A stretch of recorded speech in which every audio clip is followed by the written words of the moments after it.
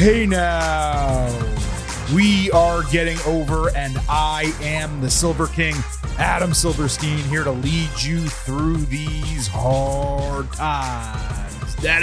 With your 2024 AEW All Out Ultimate Preview. That's right, Getting Over is back once again, and it is Thursday, so you know exactly what that means. We are here to break down everything that happened over the last week across AEW and NXT. For AEW, we'll talk about, frankly, a ton of matches that had absolutely nothing to do with the All Out card before diving into that AEW All Out Ultimate Preview. For NXT, we actually have a ton to discuss because they are building a couple major television episodes in conjunction with setting the stage for their debut on the CW at the start of October and NXT Halloween Havoc at the end of October. So, as noted, we have a ton to discuss on today's show, which means we need to take care of business right off the top. So allow me to remind you that the Getting Over Wrestling podcast is all about Defy. So head over to Apple Podcasts and Spotify, leave a 5-star rating on Apple, take a little extra time,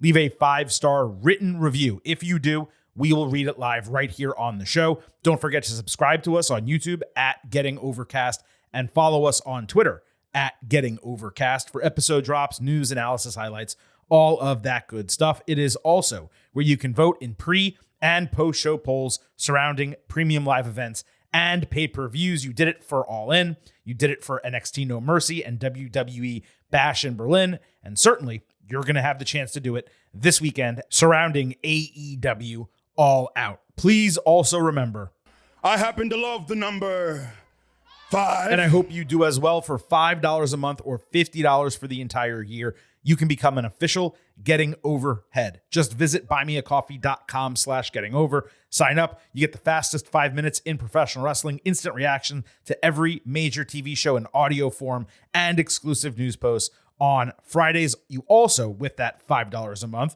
or $50 for the entire year, support the continuation of the Getting Over Wrestling podcast because we are a free and ad-free show. So we would absolutely love your support. Again, that is buymeacoffee.com/gettingover. Now, we have a ton to discuss. As mentioned, AEW will be the main event of the show. We'll start with all the extraneous content that did not directly relate to All Out. We will conclude today's program with your AEW All Out Ultimate Preview, but that means we need to start with NXT. And since we are also coming off of NXT No Mercy, if for some reason you didn't, make sure you head into our podcast feed and listen to the NXT No Mercy instant analysis. I'll also note we have your WWE Bash in Berlin instant analysis and a full WWE episode from this week. All of that taped in just the last couple of days. Make sure you listen to all of those. But whether you listen to the No Mercy instant analysis or not, you know generally on the next episode of the show, we do a fallout, we do a second look at a premium live event or a pay-per-view. I did get a chance to rewatch No Mercy, and I didn't actually have many adjustments to make. I did think the main event between Ethan Page and Joe Hendry was deserving of the grade I gave it, 3.75 stars B+. If you were a little bit higher, that was okay. I maintain that Roxanne Perez against Jada Parker was the match of the night. Obviously, Giulia's WWE debut was extremely well received. You know, Kalani Jordan and Wendy Chu under-delivered. Obafemi and Tony D'Angelo delivered the meat slapping that we were expecting. Wesley and Zach Wentz also just not as smooth and fluid as I expected it to be, so it did fall below my expectations. But there was one match that I wanted to circle back about. That was the Tag Team Championship. Chase U against Fraxium. I was a tad embarrassed watching this back, not realizing Andre Chase broke out an effing Pearl River Plunge. My favorite finishing move of all time, and I just called it a double underhook Liger Bomb. Probably because Vic Joseph technically called it a double underhook sit-down powerbomb. So when I was doing my notes, that's probably just what I wrote, Liger Bomb instead. And it didn't register in my mind what that move actually is. That is on me. Heat of the moment mistake, major regret. I apologize to a younger Silver King for not immediately recognizing the Pearl River Plunge. On rewatch, the crowd for this match was far hotter than I remembered watching it live. it is certainly possible that WWE adjusted the audio feed for the replay on Peacock. I did note, you'll remember on the instant analysis, that I thought the crowd left something to be desired, but I did have people in attendance tell me it was louder than it seemed on television. So it's possible an adjustment was made, either that or maybe my volume was louder. I was paying attention differently. It came across much better is the point. The match was also better. Though the finish left something to be desired from like an intensity standpoint, it was excellent from start to finish. So I am upgrading that match to 4 stars and an A- for anyone who might be keeping track. And if you were higher, if you were a low A for it, no argument for me. It really was great. I also want to repeat, Thea Hale's acting was super strong on the post-match attack, and her ceiling is immensely high. So no other major adjustments to No Mercy, but I did want to circle back on the tag team championship. So from that, we're going to attack NXT. We're going to head over to AEW All Out Ultimate Preview. As always, there are timestamps in the episode description. So if you wish to jump from one section of the show to the other, if you're joining us right before AEW All Out and just want to get an ultimate preview of that show, hit the episode description, find it. But as always, I hope you listen to the entire show. So like I said, we're starting off with NXT. This was a stellar episode of television. Best in a long time. There were some up and down shows of late. Next week seems like it's going to be even better than this week. It has basically been built like a special NXT episode, just without any branding. And I thought that was pretty interesting. So let's talk about this week. Trick Williams opened the show calling out Pete Dunne, only for Ethan Page to answer and get serenaded by the fans, singing the Joe Hendry chorus. I guess I'm in the mud about this because I thought that concert sucked, but they're still singing the chorus a week later. They obviously got heated with Trick wanting the title back, Ethan saying he's not defending it until NXT premieres on the CW October 1st. Dunne tried but failed to sneak attack. They got separated, and that match got set for the main event. Twice more backstage, they went after each other, and they had to get separated. The second time, it was a legit brawl right in front of Ava, so she decided, we're not waiting to the main event. You're going to fight immediately. There really wasn't that much to the opener, just getting the biggest names in a first segment on the show, but the intensity of their feud was palpable as the fighting continued, and it really seemed like the answer would be just making it a no disqualification match. And in kayfabe, if you think about it, and you're the GM and you see all this chaos going down, you kind of have to know that this is not going to get worked out with someone's shoulders getting pinned to the mat 1, 2, 3, following all the rules. But alas, it's not what they did. I should also note, Trick released a diss track about Dunne on social media. We tweeted it on Monday, so you can listen to it if you visit our Twitter account @GettingOvercast. But he did it to the Red Spider Realist beat, which was the 50 Cent and Eminem track with Notorious B.I.G. Rest in peace. So that was some fun nostalgia for me, given I used to listen to that shit on repeat, for years at a time. And to hear the same beat all these years later with Trick doing a diss to Pete Dunne, it just popped me, is what I'm trying to say. So we had Trick against Dunne. They brawled even before the bell. Williams hit a pop-up uppercut. Dunne caught his leg in the ring apron and hit a huge boot before stomping his head backward on the top steel step. Trick totally missed 2 leg lariats, but hit a flapjack and pulled the hair tie off, catching Pete flying for a bookend. Dunne powerbombed Trick off the ropes, but he countered bitter end into an inverted suplex, then hit Trouble in Paradise. They wound up atop the barricade behind the announce table. Williams was ready to do a bookend through the table. Dunne snapped his fingers instead, and then did a Russian leg sweep backward through the announce table, ultimately for a double countout. Trick slugged Dunne after the bell. They continued brawling through security. Eventually, they got separated again. This was a perfect decision. Dunne has a 101 edge, and a rubber match, if Trick wins, will keep them even at worst. The intensity of their feud built up over the first hour, and you felt it throughout the entire match into the post-match. What I thought would make the most sense is going with a steel cage next week, the winner moving on to fight Page on that first CW episode. Everything about this worked. It was frankly one of the most exciting show-long storylines that NXT has put together in quite some time. The booking has been solid, but they don't do a lot of show-long storylines. This one was great. Ava later announced to my chagrin the actual booking is going to be a last man standing match next week, and the winner will fight Page for the title on the CW premiere. My least favorite stipulation, of course. I would have preferred Falls Count Anywhere if they were going to go without a structure of some kind, but man, them putting a steel cage right in, and letting those guys go at it, that would have been really cool. Jordynne Grace on social media announced that she will be in attendance at NXT next week for the season premiere, and she'll be putting her TNA Knockouts Championship on the line in a WWE ring for the first time. It'll actually be the first time any TNA title, of course, is defended in WWE. And to the best of my recollection, it's the first time a title from a non-developmental promotion will be defended in WWE since the NWA tag team titles like 30 years ago. Again, that's my recollection. I did not do research, but I'm pretty sure that's correct. This is an open challenge, so it's going to be interesting to see whether a veteran NXT superstar like a Fallon Henley, or perhaps even someone from the main roster answers. Coming down, maybe you get a surprise headline match to amp up the ratings. But either way, getting Jordynne back in NXT is huge. This did actually lead to me thinking about Jordynne in WWE, and I came up with this idea. Stay with me here. So you have Natalya challenge Jordynne for the TNA title and beat her for it at Bound for Glory, which is their final major show of the year. They're going to have other, events on TNA Plus, but in terms of a pay-per-view, Bound for Glory is their big show. It's one night before NXT Halloween Havoc. Then Natty carries the title all the way until NXT Deadline in December.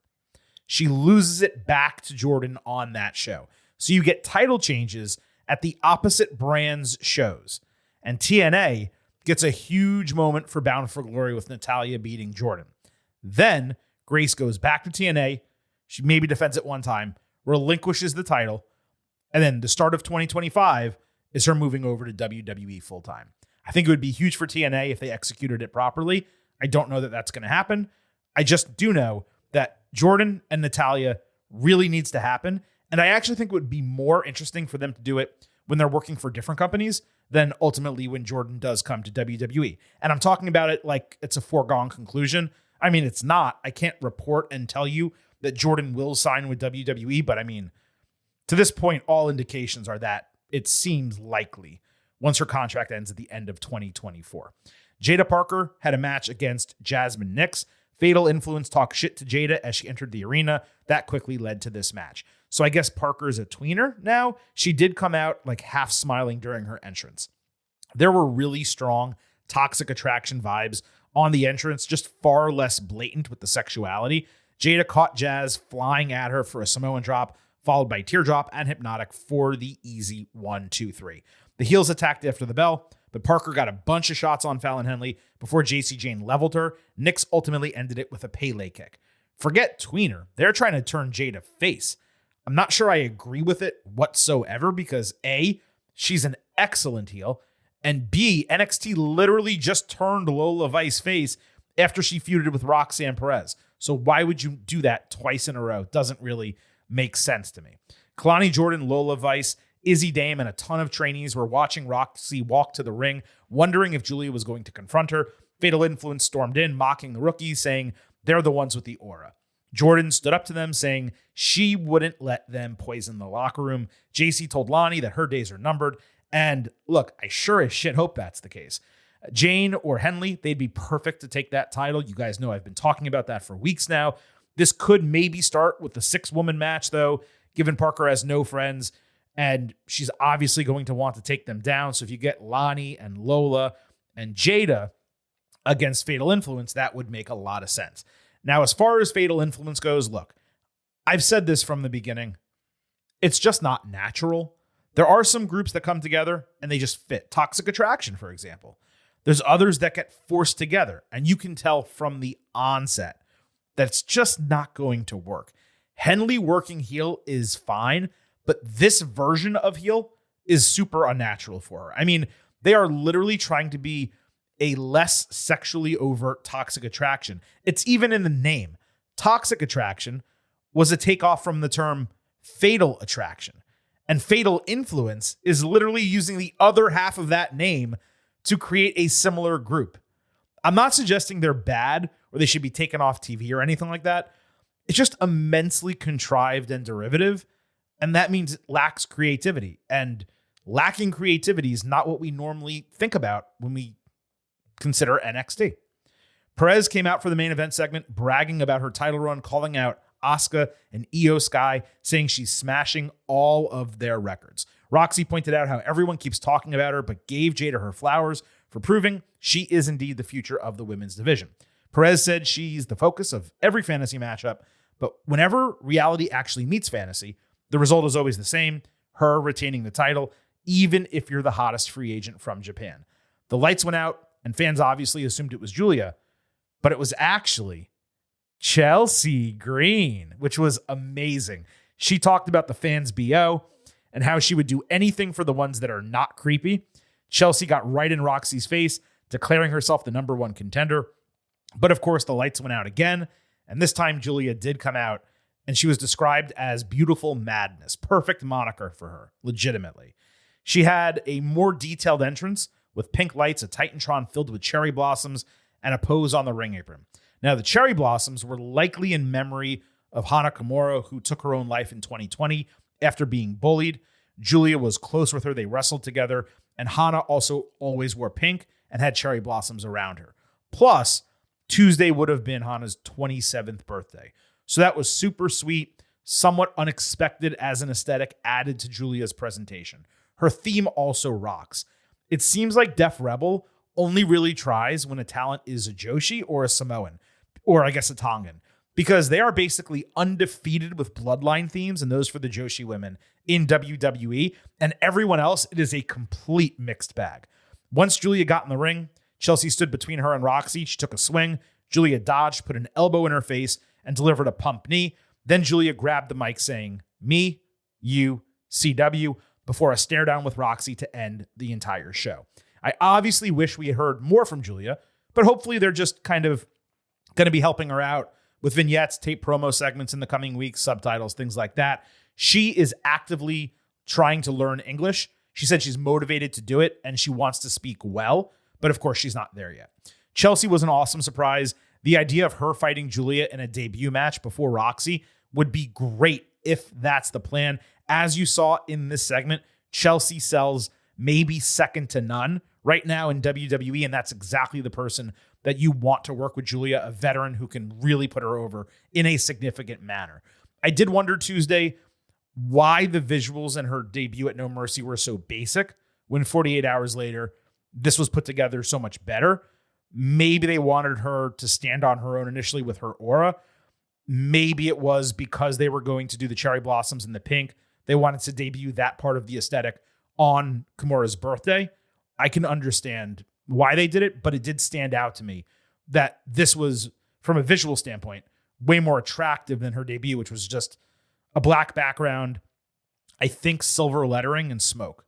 It was very basic. The Chelsea surprise was especially interesting, at least for me.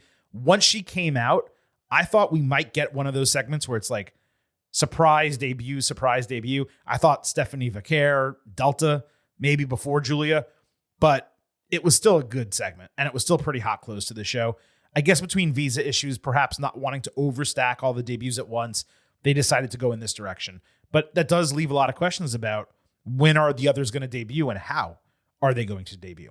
Hank and Tank fought Gallus and the Rascals in a number one contendership for the tag team titles. The NXT teams got heated backstage. Hank and Tank hit some stereo moves, including atomic drops, which you never see in the ring in 2024. Joe Coffey distracted late with Javon Evans taking him out. The Good Brothers then did the same to Hank and Tank, but they overcame. That allowed the Rascals to combine for a flying Meteora and a Swanton Bomb to pin Tank Ledger and become the number one contenders. Super fun bell-to-bell, the right winners given the other teams were already involved in natural feuds. It's also the right match to make for a big NXT episode next week, and surely Wesley is going to factor into it and cost the Rascals the title. Fraxium backstage, they were excited about knowing their opponents, saying it was a match everyone wanted to see.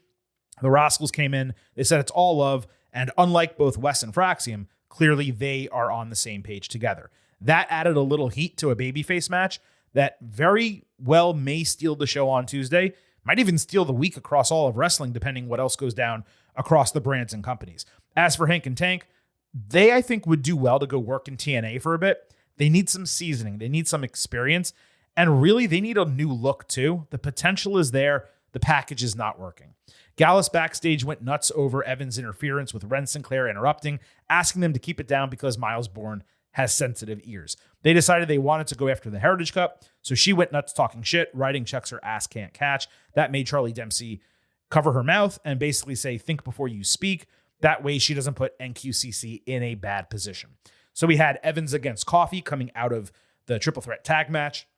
Javon nearly overshot a tope suicida to a major degree at the start. Gallus went on to attack him ringside as Joe distracted the referee, but Cedric Alexander saved and Evans took them out with a tope con hero. Javon then hit his double jump tornado splash and got the dub. Way shorter match than I expected. It was okay given all the interference. I'd have liked to see them go longer, but there's going to be opportunities for that in the future. Alexander serving as like an uncle of sorts for Evans. It's a good shout. I wouldn't hate to see them link up as a tag team. That would amp up the division.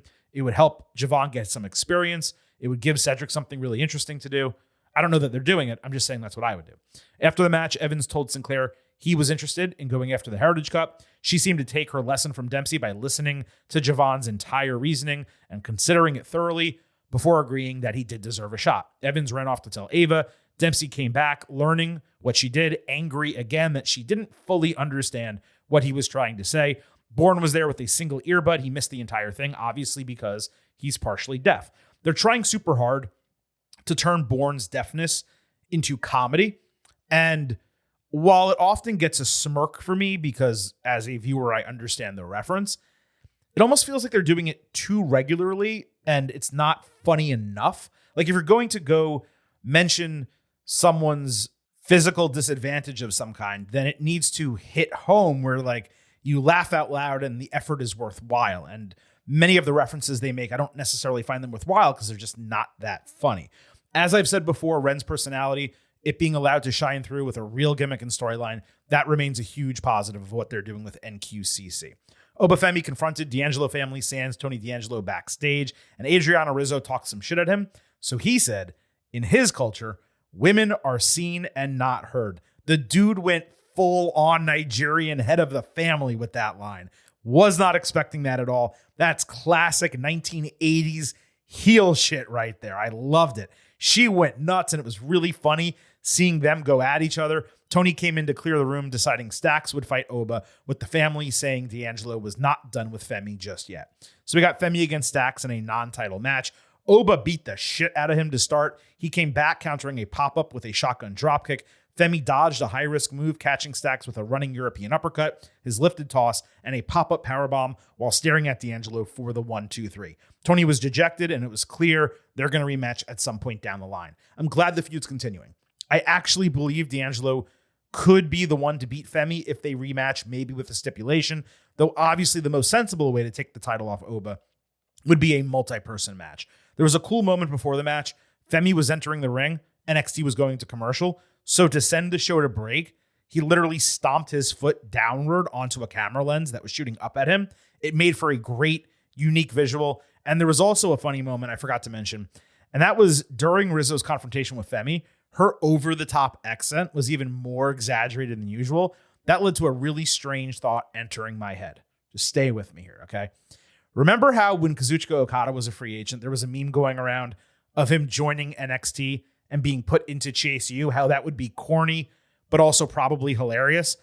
And as an aside, probably better than what he's currently doing in AEW, but I digress. Anyway, I couldn't get it out of my mind, the idea of D'Angelo family trying to recruit Giulia because she's Italian and all the potential hilarity that could come from that. They try to recruit her. Rizzo's, you're Italian, I'm Italian. She just knees her in the face or something like that.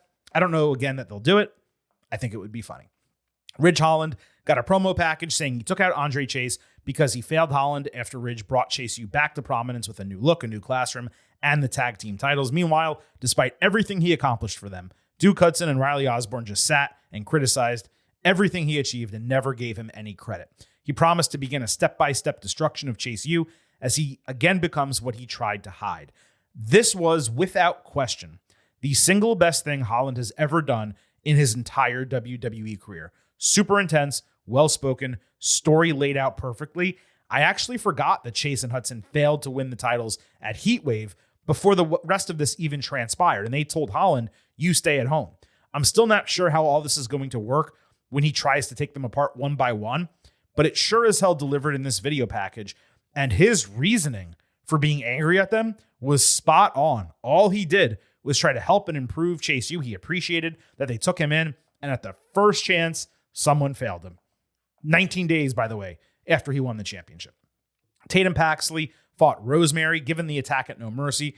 Wendy Chu's new friend took this match. Would have liked a promo or something, but they did come out together with Rosemary stroking the doll of Paxley. Tatum did a nice leaping elbow drop before ducking Rosemary and hitting her spinning crucifix driver for the win. So 2 clean losses for TNA talent in the entirety of this relationship.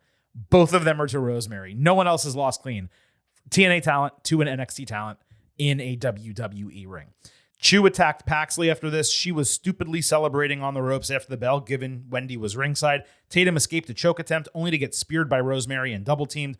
All of a sudden, Lyra Valkyria saved out of nowhere, got the back of her old stalker. Really big pop for Lyra, and a second big pop when they hugged and celebrated together.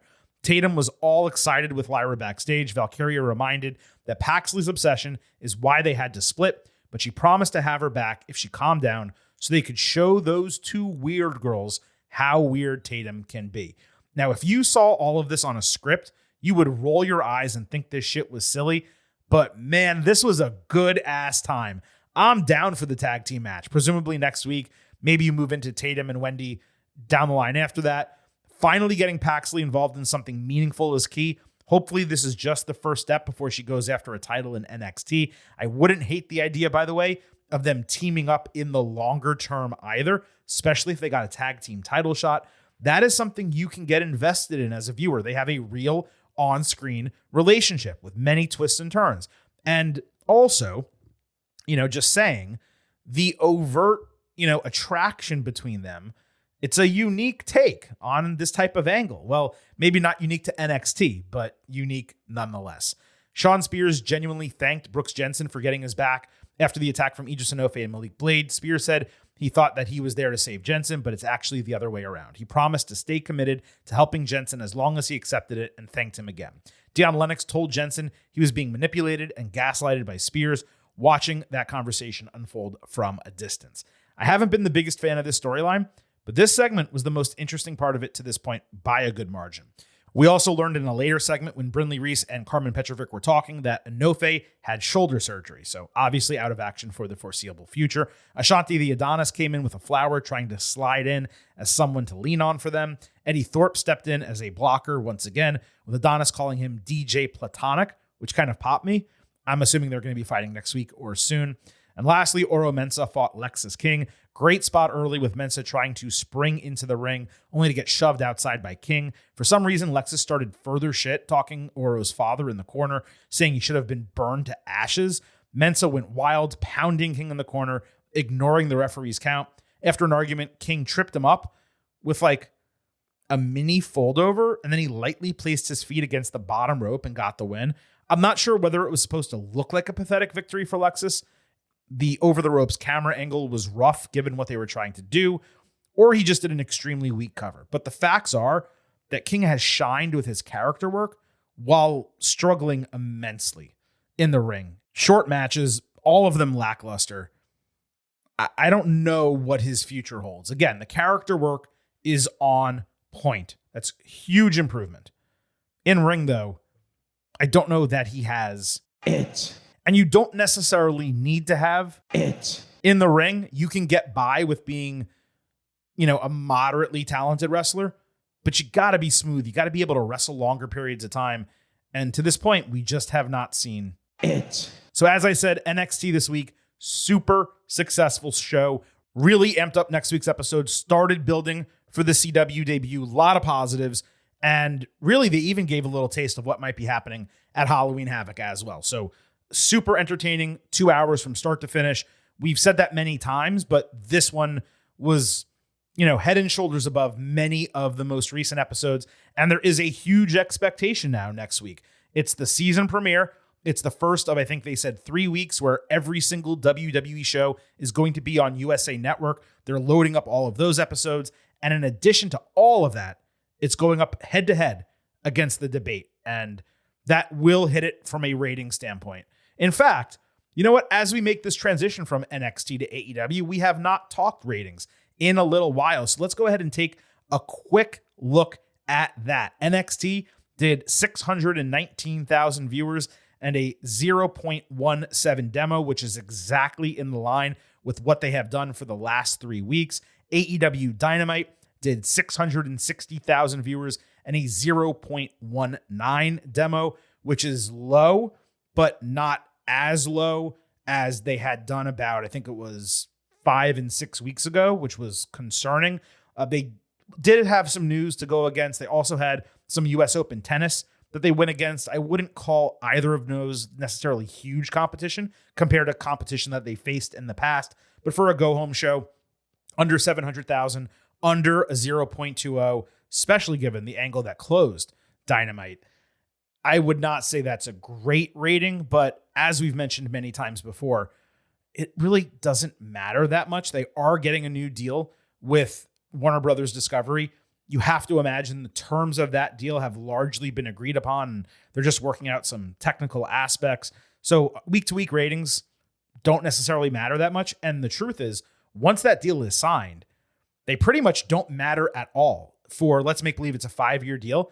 I'd say for like 3 to 3.5 of those 5 years, they're not going to matter much because they're getting their money one way or another. So we'll go ahead, move from that quick aside, talking about ratings briefly, into the entire week in AEW. And then, like I said, right after that, we will have your AEW All Out Ultimate Preview. Now, speaking generally to start, Dynamite for me was a mediocre go-home show that barely built for the pay-per-view, with an exceptional final segment that saved it, building strongly for the main event at All Out. Rampage and Collision, again, were completely worthless. In terms of matches with storyline build and relevance this week, the math was honestly shocking. 2 matches out of 16 across 5 hours of television. Only 2 matches fit this metric. One of them was a number one contendership that itself did not have any build on Collision, though the competitors were profiled, and number one contenderships along with tournament matches are naturally viable without having additional storyline. The other was the trios match on Dynamite that shoved 2 storylines together. But that was it.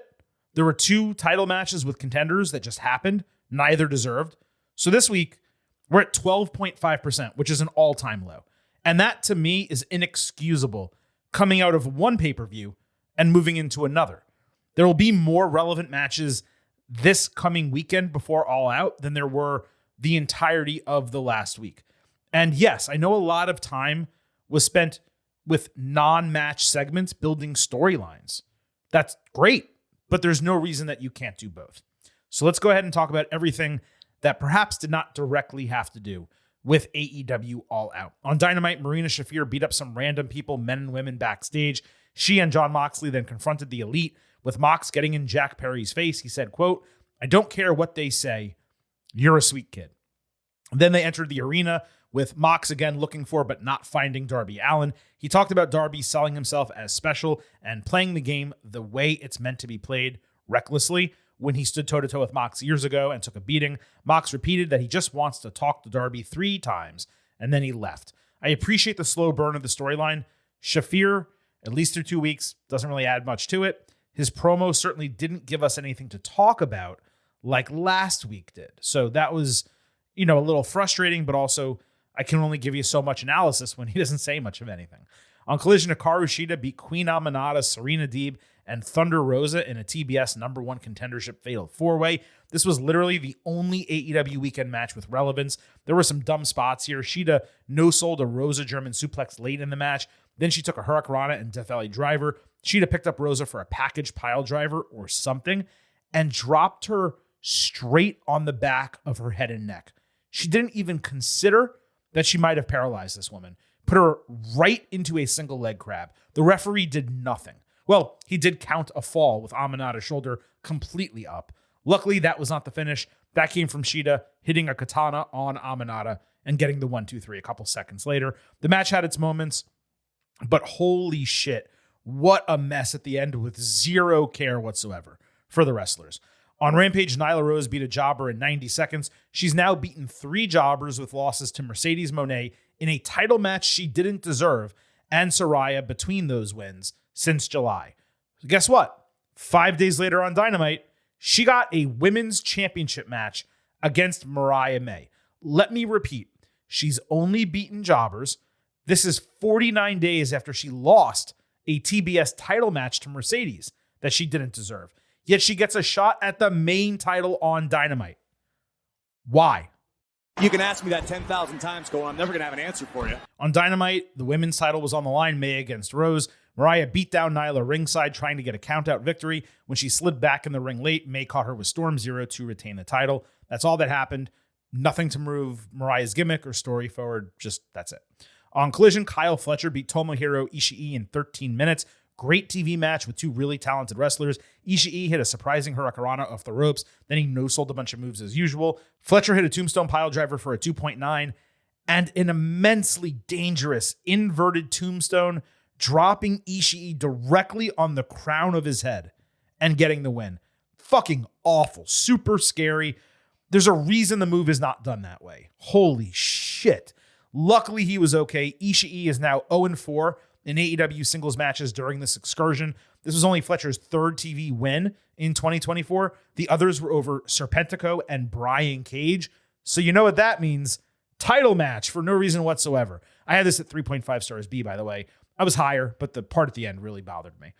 Continental Championship was on the line during Dynamite. Kazuchika Okada against Fletcher. Okada took a brainbuster on the barricade before Fletcher flung himself over the barricade outside. He did Okada's pose, but ate a Rainmaker off a counter. Fletcher avoided two Rainmakers and hit most of a spinning tombstone piledriver. A 1-minute announcement was made.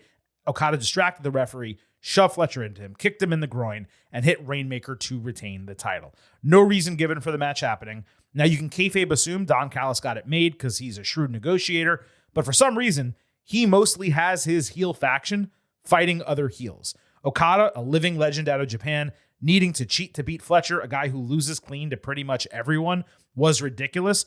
Why is Okada being booked this way? It's fine for him to be a heel. It's fine for him as a heel to cheat occasionally. But there's no need for him to be a coward against another heel and a guy who loses all the time. Why can Fletcher lose clean to Ospreay, but he can't lose clean to Okada? It doesn't make sense. The wrestling was quality. Maybe some food was left on the table for a more important match down the line. I had this at 3.75 stars B+. On Rampage, Konosuke Takeshita beat Commander Leo Rush and the Beast Mortos in 14 minutes. The idea here was to reintroduce Takeshita after he spent the summer wrestling his first G1 climax for New Japan. Commander did a Springboard Poison Rana on Mortos, which was the spot of the match. Takeshita won with a Blue Thunder Bob and Falcon Arrow. Fun TV match that would have been better with any semblance of actual story or even match story. 3.5 stars B. On Collision, Buddy Matthews beat Commander in 10 minutes, catching him flying with a pump knee and a sick finisher. You know, Buddy's sick finisher. This is a reminder that Matthews is probably the single most underutilized talent in AEW, just as he was for a long time in WWE. I was thinking he might get something out of this, except nope. MXM Collection showed up on the big screen, challenged House of Black. Why? No reason whatsoever. At least there was a challenge in a promo. Buddy responded. He said 3 words. That was it. On Collision, Hologram, Orange Cassidy, and Kyle O'Reilly beat Johnny TV, Lee Moriarty, and Mortos in 16 minutes. The fun part here were the partners touching Hologram to make sure he was real. Hologram hit an inverted Spanish fly off the second rope and beat Johnny with a crucifix pinfall, even though one of his shoulders was totally up, and even though Johnny could lose to a finisher and clean 1, 2, 3, but he got a crucifix pinfall trap instead. I don't understand why Orange, O'Reilly, and Mortos basically have to wrestle on every show. I don't get it. Someone needs to explain it to me. On Rampage, Grizzled Young Veterans beat the Outrunners in 10 minutes.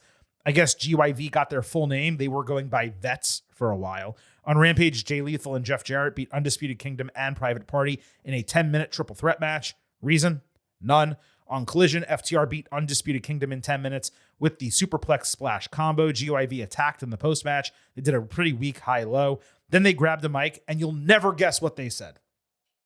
AEW, it's where the best wrestle. Cool story, bro.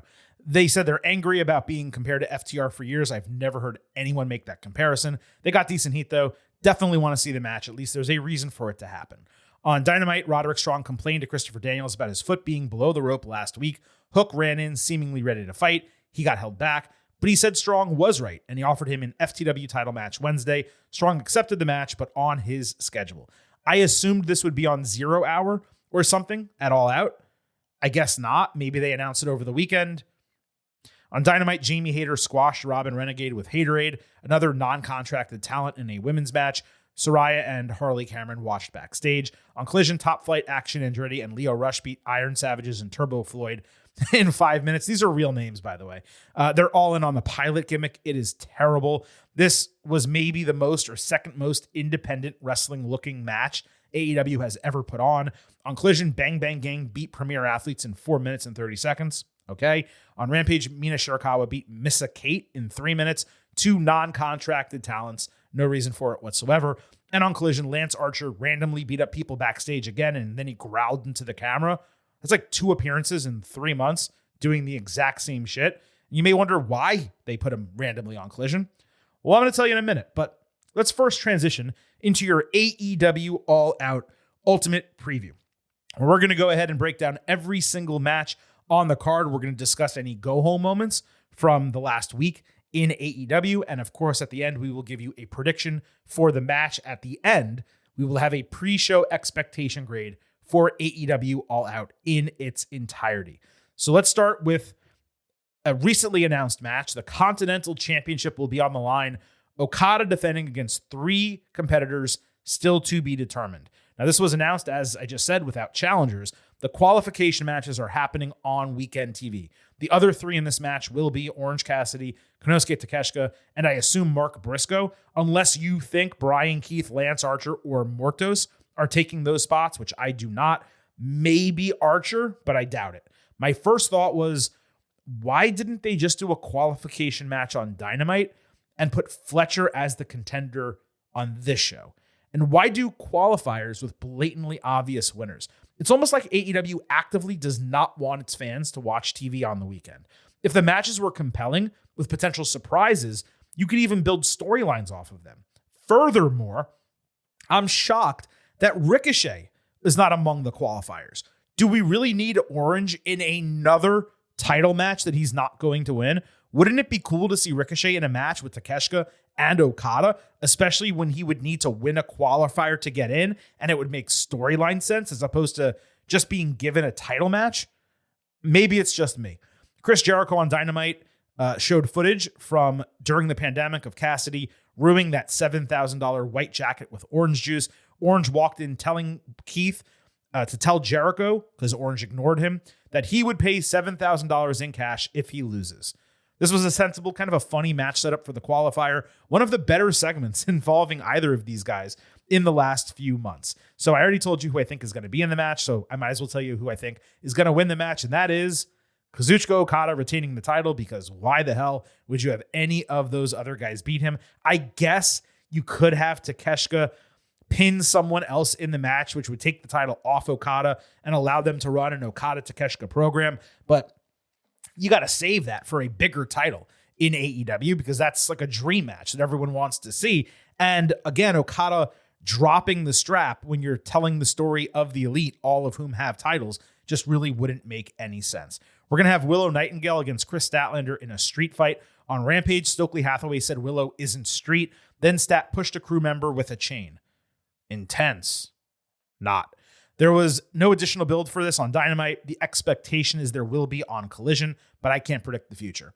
Remember, this was a red-hot feud.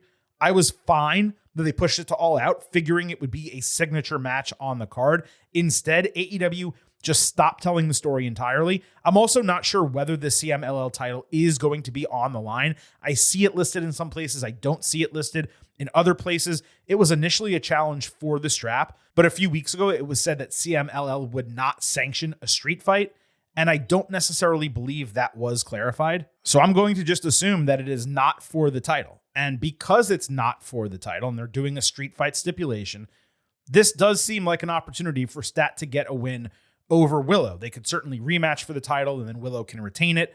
If it was for the championship, then you're either looking at a DQ for Stat. I don't think CMLL would want their title changed on an AEW pay-per-view when Willow just won it. So that could have been the reason why they did a stipulation. They said it couldn't be sanctioned by CMLL because they wanted Stat to win it. her winning the title, Willow, was not the original plan, obviously. Stephanie Vaquer had the title, but she dropped it because she went to WWE. So this whole thing kind of got convoluted a little bit. I'm going to go ahead and pick Stat as winning this match. If for some reason the title is on the line and I am not realizing it anywhere I see it, then I'll pick Willow. But Stat is the pick for a non-title street fight. I just want to make that clear. And regarding the storyline, like I said, one of my bigger disappointments coming out of Dynamite this week and really the last 2 weeks of AEW television, this was a huge match. I think it may have been the first or second match announced for All Out, and they just haven't developed it at all. And fans for a while were red hot for this and for your Toni Storm, Mariah May. I mean, I'd say Toni and Mariah was hotter, no question, but people really want to see Willow and Stat, and they've just kind of let it flounder. So I do truly hope there's more build Friday and or Saturday. TBS Championship will be on the line. Mercedes Moné defending against Hikaru Shida. A match of this caliber, for me, deserved way more than a simple number one contendership on the B show for Shida. Maybe it's the start of the feud. If so, that would be fine. Deonna Purrazzo got a promo package on Dynamite talking about resetting her career and making more art. Then it was announced that she's fighting Shida over the weekend. So that's another predictable loss for Purrazzo because Shida's not going to lose before a title match. Mercedes cut a promo, very basic, saying nothing on Dynamite. Shida appeared on the big screen saying Moné knows that she can't beat her. Then she brought in Daniels, who banned Camille from ringside for the match, with Shida saying, "Sayonara, bitch." Why was this decision made? Camille did not factor into Britt Baker's loss at All In. You'll remember that was an issue that I had with the match. We discussed it on the instant analysis. There has been no storyline build between Mercedes and Shida where Camille has factored and cost Shida or attacked her or whatever the case. Point being, there was no reason for her to be banned from ringside. The decision on its own is fine, but it's without storyline purpose or relevance. It's a paradigm of really everything wrong with AEW creative in most cases. Obviously, there's some stuff that AEW does really well from a creative standpoint. But it's especially an issue for me because what that might mean is a squeaky clean Mercedes win would give her clean victories pretty much over 3 of the top women in the company, despite being a heel, all of it while holding a mid-card title, not the main title. And sure, there's a possibility that Mercedes doesn't win clean here. She cheats or more likely even recruits another person to interfere and get her back. But that won't change the fact that Camille was removed without any reason. And it doesn't change the fact that Camille didn't make her debut to help Mercedes retain the title initially. She just did it to attack someone. So I just don't understand the way they've been utilizing Camille here. It doesn't make a lot of sense to me. In terms of the match, I can't imagine a situation where you're taking the TBS title off of Mercedes. I'm glad Shida's back. Her presence in the division has been welcome. She's putting on some really good matches, and it's more exciting having her around. But taking the title off of Mercedes just a couple months after she won it, when she's still debuting with the company, doesn't really make any sense. Moné retains the TBS championship. By the way, Britt Baker has just disappeared. She came back for a big match at All In, lost, and she's just gone. That's it. That's what it seems like. We have MJF against Daniel Garcia. Garcia opened Dynamite calling out MJF, who was standing on a VOM, basically the handicap area in the entranceway for one of the sections in the arena, because I guess the arena they ran had no suites. Normally he'd be in a suite, right? He said he'd paint the canvas with Danny's blood. He called him an emancipated skinhead hooked on Ozepnik. Garcia said MJF used makeup to cover up his acne and got a hair transplant that didn't work. I kind of think it worked. He also said MJF's tattoo was as fake as his love for AEW before promising to end his career. Is the tattoo fake? Have we seen the back of his leg and not seen the tattoo? I honestly assumed it was real, but I sure as shit hope it was fake because it was awful when it debuted. So if someone can clarify that for me, I would love to know the answer to that question. MJF talked some shit back, his normal stuff, adding that Garcia's mom is used to having men on their back in her bed, so she'll be ready to take care of her son when he gets laid out. Garcia fought through a bunch of security up to MJF, who ultimately smashed a bottle of wine over his head. Garcia bladed off camera. MJF thanked him for awakening something deep inside, promising to send him to paradise at All Out. Then he kissed the blade spot with blood all over his lips to end the segment. Garcia has done well on the mic opposite MJF, though it was obvious this promo was built for the ooze without too much substance. MJF, again, floundered speaking. He's been off his game since coming back. He's trying not to be a one-note promo anymore, but instead of just getting angry and screaming, now he's low energy, acting above it all. And I don't know that that works for his character. The feud is legit. The segment that started it a couple months ago was awesome. But for a go-home segment, I don't know. I thought it was a double, but not a home run. It helped the build, but it didn't take it into another stratosphere or anything like that. Also, AEW's obsession with letting people taste and drink others' blood, it's really just disgusting and unnecessary. And I don't know that they needed to repeat the Garcia knockout catatonic spot. Also, if MJF had him prone in that way and he almost tried to kill him the last time, why wouldn't he do that again? He had shards of bottle. He had a steel chair. Why didn't he just beat the ever-loving shit out of this guy who's completely knocked out? Why is he waiting for the wrestling match if he just wants to maim and destroy him? For me, that didn't necessarily line up from a logic standpoint. Now, in terms of the match, this is really the only match on the entire card where I have no idea who's going to win. Everything else is pretty predictable. Again, that does not mean it's bad. I'm just saying everything else is pretty predictable. Here, I legitimately don't know. On one hand, if you're building a feud like this and you're having Garcia return and you're going to make a huge deal out of it, he should be beating the heel and getting his comeuppance and moving on to something significant. On the other hand, Garcia got his title match before this happened. And MJF is MJF. He's a main eventer. He's one of the top people in the entire company. Also, this is a singles match. There's not really an out for MJF. So I'm going to go ahead and predict that MJF beats Garcia. And I don't think the feud is over. They rematch. It has some type of stipulation. Falls count anywhere. Last man standing. Something else. Maybe just the type of weapon that's utilized. Whatever the case. And that type of stipulation ultimately allows Garcia to beat MJF at a later show. But here, MJF still stands tall, gets a 2-0 lead, let's say, in the series, and then Garcia gets his revenge at a later date. That's the best I can come up with in terms of the way this is going to get booked. The International Championship is going to be on the line. Will Ospreay defending against Pac. On Collision, Pac said he's not satisfied with his trios title, and since Ospreay wasn't there, he challenged to a trios match on Dynamite. Orange and O'Reilly came in doing a fake phone call saying they were going to be Will's partners despite not even knowing the match was happening until Pac said it literal seconds earlier. There's a promo for this with Ospreay and O'Reilly co-signing whatever Mark Briscoe said as per usual. Well, usual with Kyle, not so much with Will. So we got the trios match on Dynamite. This main evented in terms of it was the last match on the show. Bryan Danielson was on commentary. Pac tried the same stage Poison Rana shot midway through the match. Ospreay knocked him off the stage and did a running cannonball that looked like it took a toll on him. Orange hit Claudio Castagnoli with Stun Dog Millionaire and Beach Break. Claudio powered Kyle out of the guillotine with a pop-up European uppercut. O'Reilly ultimately took the fall with a swing into a shotgun dropkick. Pac and Ospreay continued battling backstage, with Pac hitting a brainbuster on a road case so Will could sell a neck injury. Going into a match, everyone knows he's winning. And that may be the case here, where Ospreay, we know, is retaining the title and Pac is not winning it.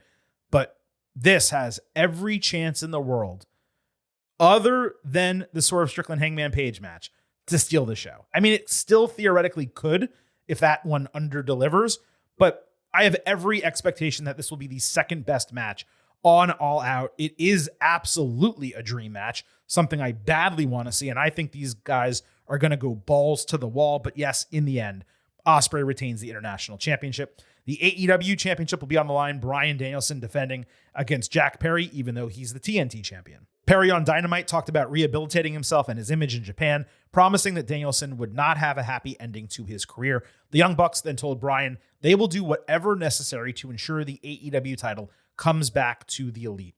So it sounds like there's going to be a bunch of interference before the finish of this match, probably getting the Bucks and Blackpool Combat Club or whatever's left of it, I guess, involved. After the trios match, Bryan celebrated with his friends before the Elite attacked from behind. They threatened with a chair, but Claudio easily saved. The Bucks ran out of dodge despite having a 4-on-3 advantage and the benefit of blindsiding Bryan to start. Claudio said they made the biggest mistake of their lives, and he challenged them for the tag team titles. So this is like the 10th champion-on-champion match in the last 2 months. We literally just had trios champions against tag team champions. I think it was on an episode of Collision for the Ring of Honor titles. We have the AEW title against the TNT title holder. We have the international champion against one of the trios champions. We recently had the international champion against the AEW champion. I mean, what the fuck are we doing here? Anyway, that match is happening. It was made official with a full screen graphic, maybe 90 seconds at most. And this is the third match on the All Out card that features champions against champions. All 8 of these guys are going to fight on Collision the night before the pay-per-view, as is tradition for Danielson. Bryan then guaranteed that Jack would get his fucking head kicked in at All Out. Muted, of course. He actually cursed 2 or maybe even 3 times in this segment. So this was all okay. I mean, Perry challenging, we discussed the issues with it previously. We've also discussed why it is logical. He, I believe, was one of the last people to pin Bryan. He also beat Darby Allin at All In, and Darby is among the 3 number 1 contenders for Danielson's AEW championship. So Perry being in the spot is totally fine, totally logical. At the same time, it is the least interested I've been in an AEW title match in a long ass time. Danielson is going to retain. Perry will probably give him a good match. I just frankly don't care. I'm just being honest. The tag team championship, the Bucks against Claudio and Wheeler Yuta, it'll probably be a fun match. I similarly don't care. I care way less about it than I do about Danielson and Perry. They're not going to put both sets of straps on Claudio and Wheeler, so I have the Bucks retaining that title as well. That allows us to move to the main event, Swerve Strickland versus Hangman Page. When we started inside a steel cage. Now, there was a promo package with Swerve standing in front of his childhood home. Apparently, Prince Nana was like his realtor or something. He said he used the bonus from his AEW extension to buy the home where his family for generations will now live. My hope upon all hopes, as soon as I saw this earlier in the day on social media, was that Page would burn this thing to the ground.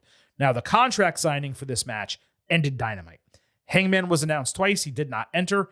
He was indeed at Swerve's house, saying Strickland slipped up by showing him something that was important to him. Hangman talked about Swerve's father. He talked a lot of shit about him. He started splashing some gasoline in one spot by a window. Then he walked out of the house and he covered the porch in gasoline.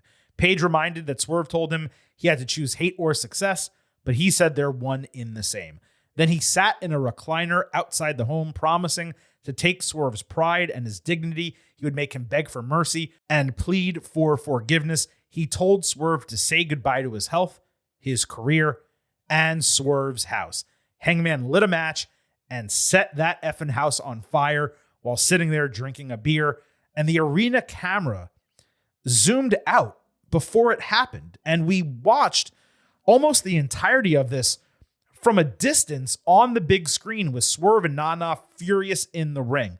And I was super confused by the production. It made me initially think it might be fake because that's what you would do if you were hiding poor graphics or something like that. If you're investing money into setting fire to a property, wouldn't you want that as prominent on the screen as possible? I thought it was really strange to pull away from it. Something else that bothered me was Swerve tweeting a high definition picture of this immediately after the show. It was not a screenshot. It was a regular camera shot. And I struggled to understand why he would have that high quality of an image from the incident immediately after it was over from, by the way, a different angle as opposed to a screenshot. That took some of the kayfabe out of it for me. Clearly, they were on the set together at the same time when this preset happened. My final thought, without having more details, is that it was a mostly real production that was enhanced through graphics because there were flames all around Hangman, which would have burned him to hell. But I asked a buddy who works in TV production. He told me that as a professional lens compression trick. Basically, the flames were well behind him, but the lens that was utilized pushed the image together and made them appear next to him. Then I thought, okay, in theory, even if, let's say, Swerve did buy that house for real, given his financial status, he would certainly knock it down and rebuild anyway. So there wouldn't be any harm in burning it down. I'm going way too deep into this. Let's get back to the kayfabe of it all, okay? This is one of those situations where I need to choose whether to start with the immense positives or some of the critiques I had. Since I loved it, though, let's start with the positives and why this ruled. Hangman's promo while talking through the house, that was phenomenal. And AEW found a really smart way to legitimately enhance an already strong long-term storyline that has largely been the best thing on its program in 2024. Some are going to say Tony Storm and Mariah May. For me, Swerve Hangman kicks the shit out of that, even if the heel-face alignment is arguable, as we've discussed ad nauseum here on the show. This is the least that Swerve deserved, given he went after Paige's child and then stalked his pregnant wife. You could actually say this segment put them on the same morally ambiguous plane. Finally, it's the first thing Hangman has done that was actually beyond the pale. Not that Swerve didn't deserve it, he did, but Hangman got pushed way too far and he snapped, taking it outside the scope of wrestling the same way Swerve did initially. The fact that Swerve, Hangman, and CM Punk, Drew McIntyre are dueling for Hater of the Year is remarkable. Both have been exceptional in their own right. I saw people saying this puts the feud above Punk McIntyre. I mean, in some ways, yes, but in other ways, no. Punk cost Drew the title 3 times. McIntyre has destroyed Punk 2 times. But I do love that Swerve and Hangman is actually more personal and real. The attack during Blood and Guts was exceptional, and this was right up there with it. I also love that this played into the Swerve's house gimmick, taking it literally. That was a great line from Hangman at the end of the promo. Those are all the positives, and that's looking at this from the surface. Digging a little deeper, though, this would have been much more effective if the house was introduced as a story element a few weeks ago, a month ago, hell, even 1 week ago. Instead, it was literally brought into focus as a plot point the exact same day on social media and like 60 minutes earlier in the same TV episode. That's an unforced error. Swerve should have announced the day he re-signed that he was going to use that money to buy his childhood home. Then we could have seen the process of him acquiring it, his family celebrating together in front of it, kids running around, all that shit. And then, once you establish the house as meaningful, burning that shit to the ground would have been super emotional and real effective. It's why the bracelet in the Punk McIntyre feud is absolutely moronic on its own. But the bracelet is representative of something. They've gone back and forth over it for months. So when Drew ripped that shit apart on Monday, and we're talking about ripping apart a 50-cent bracelet as opposed to burning down a home, okay? But it's why that moment, that motion of him ripping apart the bracelet got the loudest pop of that entire segment because it was built up over a period of time. Instead, while Hangman's promo was strong and the overall concept absolutely delivered, it lacked the emotional element that could have been achieved with planning and foresight. I saw people calling this the greatest segment in AEW history, one of the best visuals in wrestling history. For real, multiple people said that. I'm not sure what world they're living in. It was easily the best part of Dynamite, and it was one of the most unique and impactful segments of the entire year. You could also say it was maybe the best main event segment ever for a Dynamite, but it was not historic in any way. I mean, it doesn't even compare to Randy Orton burning down the prayer shack. That had long-term meaning. That was developed over, I think, a couple years, maybe not just with Orton, but the prayer shack was established, right? That was a way bigger deal comparatively than this was.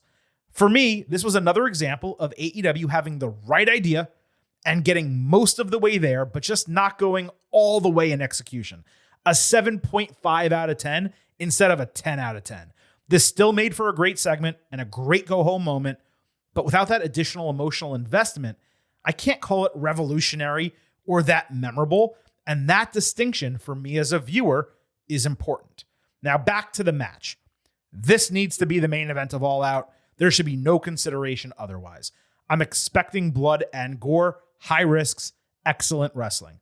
If they can avoid another blood drinking type of gimmick, it could be super special over this weekend. Tony Khan, after Dynamite, announced this is going to be a lights out match, which means it is unsanctioned and will not count toward records. It's important to note that AEW literally got rid of the rankings it brought back just a few months ago, and it has also removed records from its website and on-screen graphics. So the fact that it doesn't count is kind of irrelevant because records don't matter anymore. Still, coming into this match, Swerve has a 2-0-1 lead on Hangman. They had the standard win 11 months ago for Swerve. He also won the Texas Death Match 10 months ago. And then they went to a time limit draw in February. That creates an interesting consideration, as the win won't matter in kayfabe. If Swerve wins, he can lord over Hangman that he's still never beaten him, sanctioned or unsanctioned. If Hangman wins, he's still winless against Swerve. And now there's no title in the picture. It's why I have long thought Hangman should be the one to beat Danielson. You have Hangman win here, go on a run where he becomes number one contender. He beats Bryan, and then Swerve comes back and eventually takes the title from him again at some point in 2025. The only other option is that Swerve beats Danielson at Wrestle Dream, which a lot of people have speculated because they're two Seattle area talents. And that would make sense for Swerve to win it back and full-time retire, quote unquote, Danielson. And then you have Hangman go after Swerve, and eventually Hangman takes the title off of Swerve. But the problem with that is you've basically reversed the heel and face alignment fully now. So you don't really want the heel getting the win at the end. You want the babyface getting it. And you have now turned Swerve into the babyface, where in reality, if they had gone without burning down the home, you could have still cycled back to Swerve being the heel and Hangman reclaiming his babyface stature, going after Swerve and getting that huge moment. But it doesn't seem like they're going in the direction right now. So I do have Hangman winning this match. Now, let's go ahead and move out of the Ultimate Preview. Let's go to our pre-show expectation grade for AEW All Out. As far as I'm concerned, this is a one-match card. And if I was teetering on whether to buy it, Swerve Hangman would be the reason I do. There's plenty of story build for MJF Garcia, Willow Stat. There's potential in Brian Perry. Ospreay Pac has some story, but there's also immense potential from a wrestling standpoint. That should be a banger. But if I was a consumer, I wouldn't buy the show for any of those matches. I would buy it for Swerve Hangman. And being able to have Swerve main event All In and All Out through two different feuds, with both of them built quite well, that really speaks significantly to his prominence in the company and how much creative attention has been paid to his storylines. That is an immense positive. But when it comes to giving an expectation grade for this show, it's super tough because, again, Swerve and Hangman, I'm all in with that. Pun not intended. Ospreay and Pac, I'm all in with that as well. There's really nothing else on the card I care about. And even though I think the wrestling will be high quality, and you'll remember All Out last year, some thought was better than All In. I might have even been one of those. I think it's possible. I don't remember. I'd have to go back and check. I think I gave All In an A- last year and All Out an A in the final grades. But coming into this, I just don't really have that high of expectations for the entire show. The question is going to be, is Swerve Hangman going to be so incredible? And maybe for me, will Ospreay and Pac be so incredible from a in-ring standpoint that those two will float the rest of the show and bring it into an A grade? It's possible. I can't start that way. So I'm going to come in with a pre-show expectation grade of an 89 out of 100. That's a B+. That is real close, right on the border to A-. It will not take a lot for AEW to get me over that threshold. But I don't know whether at the end of the day, this will live up to All Out last year or any of the very few A shows that we have graded on this podcast. So folks, that wraps up the show. It wraps up the AEW All Out Ultimate Preview. And a reminder, because I did not mention it earlier, that is my mistake.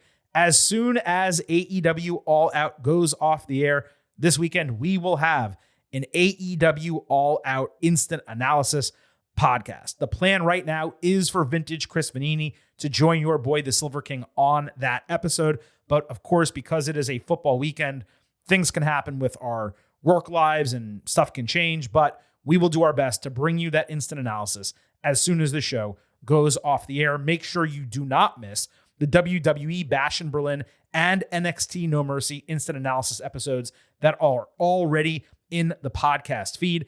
And also do not forget to listen to our WWE episode from this past Tuesday. On the way out, allow me to remind you that the Getting Over Wrestling podcast is all about the fire. So head over to Apple Podcasts and Spotify, leave a 5-star rating on Apple. Take a little extra time, leave a 5-star written review. If you do, we will read it live right here on the show. Don't forget to subscribe to us on YouTube at Getting Overcast and follow us on Twitter at Getting Overcast for episode drops, news, analysis, highlights, all of that good stuff. You can vote in the All Out pre and post show polls on Twitter, and you can send in questions and comments for the show there as well. I know we didn't read really, I think maybe 1 or 2 comments this entire week. You guys actually didn't have much to say coming out of Bash in Berlin, Raw, NXT No Mercy. I mean, you sent some comments. I responded to a few of you, but not stuff that was going to make the show. So, I think it was a down week with football starting and stuff has been weird. This weekend, obviously, is the NFL. But again, don't forget, if you want to contribute to the show, you can send DMs. You can send comments via tweet. Questions, if you want to ask those, we'll include them. Feel free to do it. Sometimes we are able to hit them during the instant analysis. Many times we wait to the Fallout episode the following week. Please also remember, I happen to love the number 5. and I hope you do as well, because for $5 a month or $50 for the entire year, you can become an official Getting Overhead. Just visit buymeacoffee.com/gettingover. Sign up. You will get the fastest 5 minutes in professional wrestling, instant reactions to every major show on bonus audio, and exclusive news posts every single Friday. Again, that is buymeacoffee.com/gettingover. Please support the Getting Over Wrestling podcast.